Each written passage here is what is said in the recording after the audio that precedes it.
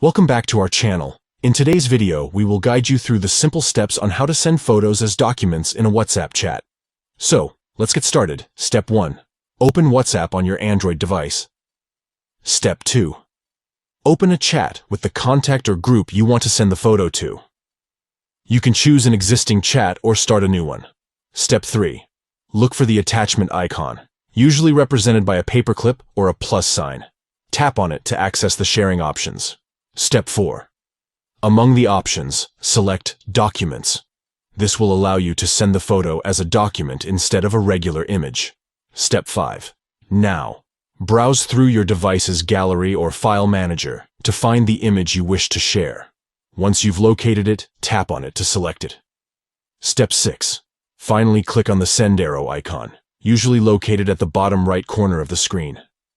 Your photo will now be sent as a document in the WhatsApp chat. And there you have it.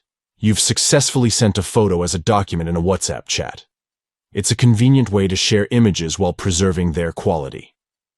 If you found this guide helpful, don't forget to give this video a thumbs up and subscribe to our channel for more useful tutorials. Thanks for watching, and we'll see you in the next video.